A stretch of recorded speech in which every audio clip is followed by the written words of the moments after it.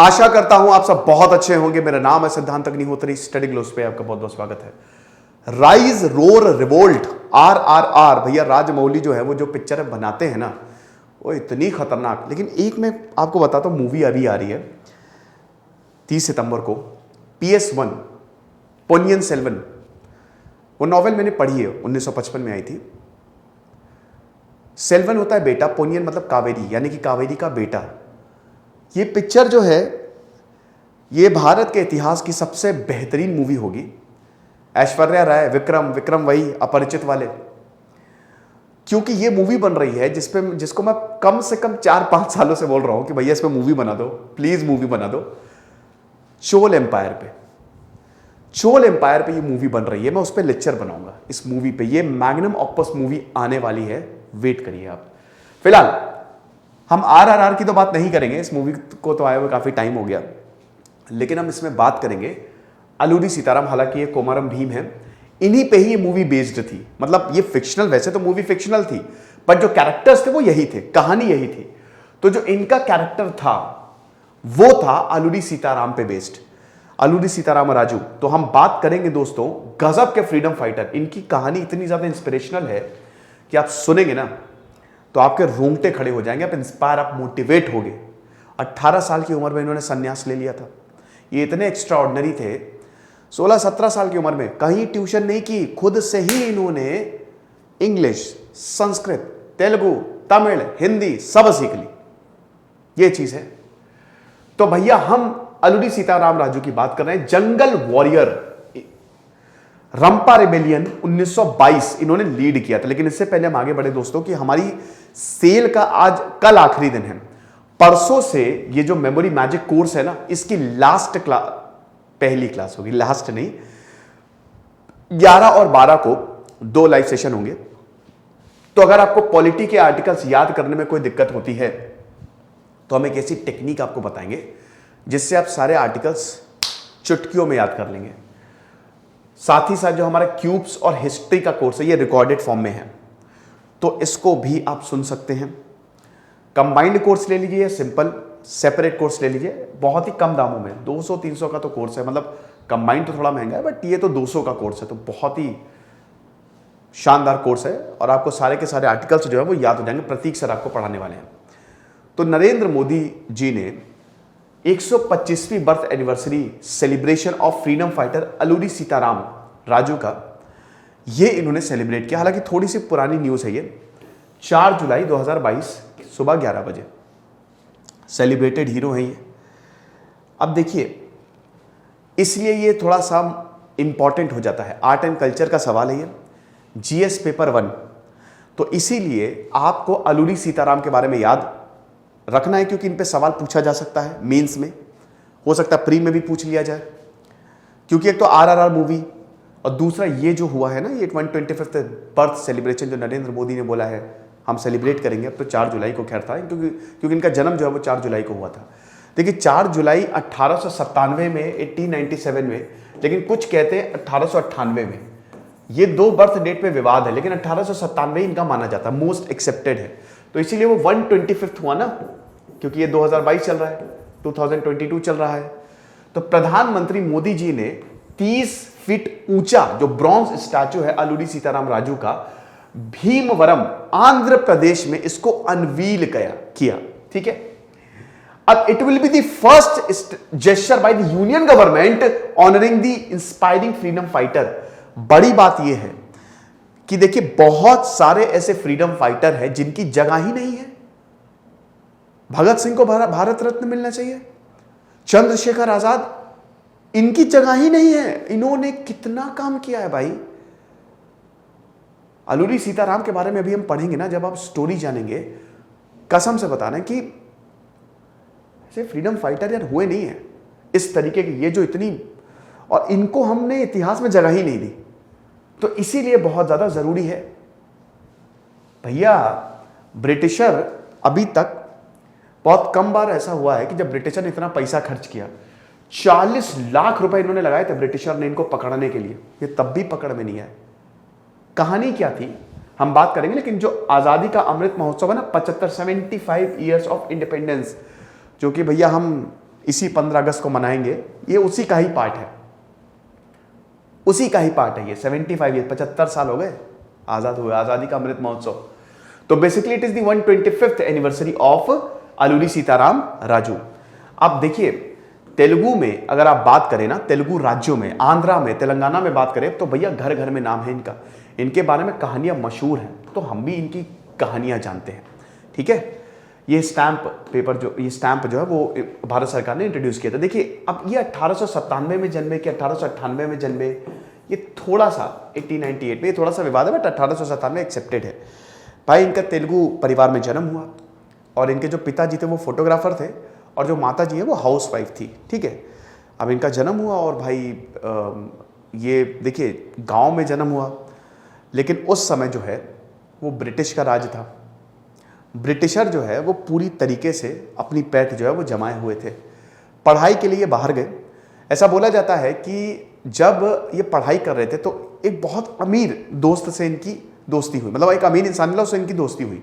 उनकी बहन जिनका नाम था सीता, उनसे ये बहुत ज्यादा प्यार करने लगे, लेकिन उनकी मौत हो गई, तो इसीलिए अपना नाम इन्होंने सीताराम रख लिया। ठीक है ना, इसीलिए उसी शोक में इतना हार्ट ब्रोकन थे कि ये कहानी है, ठीक है, कि उन्होंने अपना नाम जो है वो सीता रख लिया। उसके बाद भाई देखो 18 साल की उम्र में क्या है ना कि ये मेडिटेटिव प्रैक्टिस करते थे। इनका जो दिल था ना, इनको भगवान की कृपा थी कुछ इनके ऊपर, दिल जो था वो बहुत ही कोमल था। और उस समय क्या था ना कि ये जो है वो बहुत ज्यादा स्पिरिचुअल हो गए। पढ़ने के बाद इन्होंने सब पढ़ाई साइड में रखी, 18 साल की उम्र में इन्होंने संन्यास ले लिया और he was extremely God gifted थे, एक्स्ट्रा ऑर्डिनरी। उस समय क्या था कि देखिए ब्रिटिशर जो है, आपको पता ही ना, जो ब्रिटिश है ना, ये इतने बड़े, क्या ही बताऊं मैं, क्योंकि मुंह से गालियां ही निकलती है, तो ये इतने बड़े वाले थे कि इन्होंने हमारे रिसोर्सेज से इतना पैसा कमाया है। सबसे ज्यादा जिस चीज को उन्होंने यूज किया है ना वो है हमारे फॉरेस्ट, जंगल। 1764 के बाद, बैटल ऑफ बक्सर के बाद, इन्होंने जो एक के बाद एक फॉरेस्ट पॉलिसी लाए है ना, इन्होंने हमारे जंगलों का कमर्शियल यूज करना शुरू कर दिया।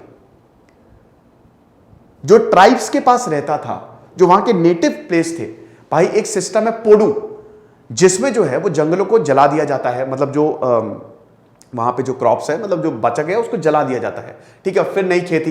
लेकिन ब्रिटिशर इसको रोकना चाहते थे। क्यों? क्योंकि कमर्शियल यूज करना था। अब अगर ये हो रहा है तो वो भाई ट्राइब्स का एरिया है पूरा का पूरा, तो ये ट्राइबल्स कैसे सहेंगे? अच्छा, इतने में क्या हुआ, इसी बीच क्या हुआ कि यहां पे जो सीताराम है, संन्यास लेने के बाद वो हर जगह घूमने लगे, जंगलों में घूम रहे हैं। अब ये भाई देखो गोदावरी हिल्स की बात है, जो आंध्रा में गोदावरी हिल्स है ना, बहुत ही खूबसूरत ईस्टर्न घाट्स, वहां पे ये पूरा का पूरा घूमने लगे।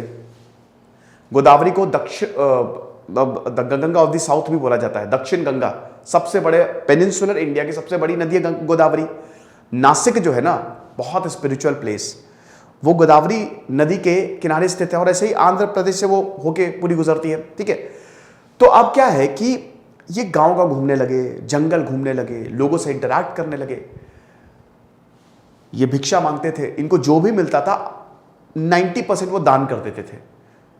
तो लोग जो है ना वो ये ऐसे थे कि जब ये बात करते थे किसी से तो स्पिरिचुअल पावर दिखती थी, तो लोग जो है ना वो ये समझने लगे, लोग इनका नाम होने लगा कि भाई ये जो भी बोलेंगे या जो भी करेंगे वो बहुत ही शानदार होगा। इतना कोमल दिल था कि इनके पास कुछ भी होता था वो भी दे देते थे, ये भले ही भूखे रह जाएं। अब दोस्तों क्या था ना कि अभी बहुत गरीब आदिवासी, उस समय आदिवासी जो थे बहुत गरीब, ट्राइबल बहुत गरीब हुआ करते थे। उसके बाद ब्रिटिशर जो है, वैसे इनको मान्यम वीराडू, जंगल वॉरियर के नाम से भी माना जाता है। अब उसके बाद जो ब्रिटिशर्स हैं, ब्रिटिशर्स ने क्या किया कि उन्होंने 1882 में वो एक एक्ट लेके आए, ठीक है, जिसके तहत अब जो आदिवासी थे वो जलाने वाली वही पोडू प्रैक्टिस उनको छोड़ना था, क्योंकि कमर्शियल यूज करना था। तो अब इनके पास गए सारे आदिवासी, इनसे गुहार लगाई कि आप कुछ करिए। और हालत दोस्तों आदिवासी की इतनी ज्यादा खराब थी, इतनी ज्यादा खराब थी कि बहुत ही मुश्किल, सरवाइव करना मुश्किल हो रहा था। बस फिर क्या था, इन्होंने बोला बहुत हो गया। इन्होंने, आप समझिए कि एक मूवमेंट टाइप का शुरू किया। शुरुआत में ये 500 लोगों को लेके गए, इन्होंने धनुष बाण चलाए, बनाए, खुद से ही वेपन्स बनाए, रेड करना शुरू कर दिया। पुलिस स्टेशन पे रेड किया, हथियारों को लूट लिया। और जब ब्रिटिशर को पता लगा, ये 1922 की बात है, ठीक है, 1922 की बात है, 1922 की बात है। रंपा रिबेलियन एक 1879 में भी हुआ था, रंपा रिबेलियन, और एक 1922 में हुआ था, 1922 में हुआ था रंपा रिबेलियन। भाई जितनी भी ट्राइब्स वो गुस्सा, वेपन्स तैयार, इन्होंने छक्के छुड़ा दिए ब्रिटिशर के, मिले ही नहीं, क्योंकि ज्योग्राफी इनको पता थी। 40 लाख रुपए ब्रिटिशर ने खर्च किया इनके ऊपर, इनाम रख दिया था। जो भी भाई उस समय 10,000 मतलब लाखों में, ठीक है, कि जो भी इनका इनाम देगा हम उसको 10,000 रुपए देंगे। 2 साल तक जहां पे ब्रिटिश, जहां पे पुलिस स्टेशन, एक के बाद एक डिस्ट्रिक्ट ये रेड करते और उसके बाद वहां पे कब्जा करते और ब्रिटिशर को भगा देते। ट्राइब्स का कब्जा, हथियार लूट लेते, क्या जाओ किससे मारोगे, ये हिसाब किताब रहता। तो ब्रिटिशर की इन्होंने नाक में दम कर दिया बहुत ज्यादा, क्योंकि इतना घूमे थे कि इनको पूरी नॉलेज हो गई थी टरेन की, और दिमाग बहुत ही जबरदस्त, लोग इनको सपोर्ट करते थे। कि क्या ब्रिटिशर जब भी इनसे पूछे जाता आपने उनको देखा, बोला नहीं देखा, वरना तुम चले जाओ, वरना तुमको देख लेंगे, ये होता था। अब हुआ क्या कि ये सब चलता रहा 2 सालों तक, 2 इयर्स तक ये सब चला, 2 इयर्स तक ये सब चला। जो सेमी ट्राइबल रीजन है ना, रंपा, वहां पे हो, गोदावरी, ये सब गोदावरी डिस्ट्रिक्ट में, ईस्टर्न घाट्स में छक्के छोड़ा दिए थे ब्रिटिशर के। इधर वेस्टर्न घाट आता है, जाओगे ना जब ट्रेन से, जब आप सेंट्रल मध्य प्रदेश से जब आगे बढ़ोगे, महाराष्ट्र होते हुए पूरा कर्नाटक, वो वेस्टर्न कोंकण बहुत ही खूबसूरत है बेटा। जिस दिन एक्सपीरियंस करोगे ट्रेन से जाना, मजा आ जाएगी। वो जंगल को चीरते हुए जाती है, और इधर ईस्टर्न घाट्स आता है। ज्यादातर नदियां ना ढाल इधर ईस्टर्न घाट्स की तरफ है, तो ज्यादातर नदियां जो हैं, तभी वेस्टर्न घाट बहुत ही कंटिन्यूअस है, ईस्टर्न घाट्स में से वो इस तरीके से डिसकंटिन्यूअस है, क्योंकि नदियां जो है ना, तो वो चीरते हुए जाती है, पहाड़ों को काटते हुए, और ढाल वेस्टर्न घाट से ईस्टर्न घाट्स की तरफ है, तो नदी ऐसे जाएगी। ठीक है, खैर मैं कहां ज्योग्राफी आपको पढ़ाने बैठ गया, लेकिन मैं आपको यही बता रहा था कि 1922 में भाई ये शुरू हुआ और 2 साल तक चला। अब 10,000 का प्राइस था, लेकिन फाइनली हम देखते हैं जो ब्रिटिश टीजी रदरफोर्ड ने अप्रैल 1924 में इनको पकड़ा। अब जब इनको पकड़ा, चिंतापल्ले डिस्ट्रिक्ट में इनको पकड़ा गया, पेड़ से बांध दिया गया। ब्रिटिशर क्या करते थे, बहुत ही खतरनाक मौत देते थे, बहुत ही ज्यादा खतरनाक। ब्रिटिशर ये एक, जब 1857 रिबेलियन खत्म हुआ, तो जो फ्रीडम फाइटर्स थे ना, उनको तोप से बांध के उड़ा दिया जाता था, पब्लिकली लटका दिया जाता था। ब्रिटिशर बहुत बेरहम थे। ये एक सबक होता था सबके लिए कि अगर तुमने दोबारा हथियार उठाए, खत्म कर देंगे। तो इनको पेड़ से बांधा गया और इसके बाद इनको गोली मार दी गई। और यही नहीं, बल्कि जो इनके साथी थे कुछ सालों तक, मतलब उनको भी पकड़ पकड़ के जो है वो मारा गया। लेकिन जो इन्होंने ये रिबेलियन जो किया है ना, साउथ के सुपर हीरो हो गए थे ये, सुपर हीरो। अब बड़ी बात ये कि ऐसे फ्रीडम फाइटर्स को हमारे इतिहास में पता नहीं जगह क्यों नहीं मिलती, इनके बारे में क्यों नहीं पढ़ाया जाता है। डिटेल में चैप्टर होना चाहिए, हमको अपने इतिहास के ऊपर गर्व होना चाहिए। RRR, ये जो SS राजामौली की मूवी थी, ये इन्हीं पे ही बेस्ड थी। ठीक है, तो ये चीज है। ये लेक्चर था, आई होप आपको पसंद आया होगा। बाकी हमारे कोर्स को आप जरूर अवेल करें, आपको बहुत ज्यादा फायदा होगा। यकीन मानिए सारे पॉलिटी के आर्टिकल्स आपको याद हो जाएंगे, आप भूलेंगे नहीं। और अगर आप हिस्ट्री और क्यूब्स के कोर्सेज को लेना चाहते हैं, वो रिकॉर्डेड सेशंस है। पॉलिटी के लाइव सेशन होंगे 11 और 12 को। दिस इज सिद्धांत अग्निहोत्री साइनिंग ऑफ।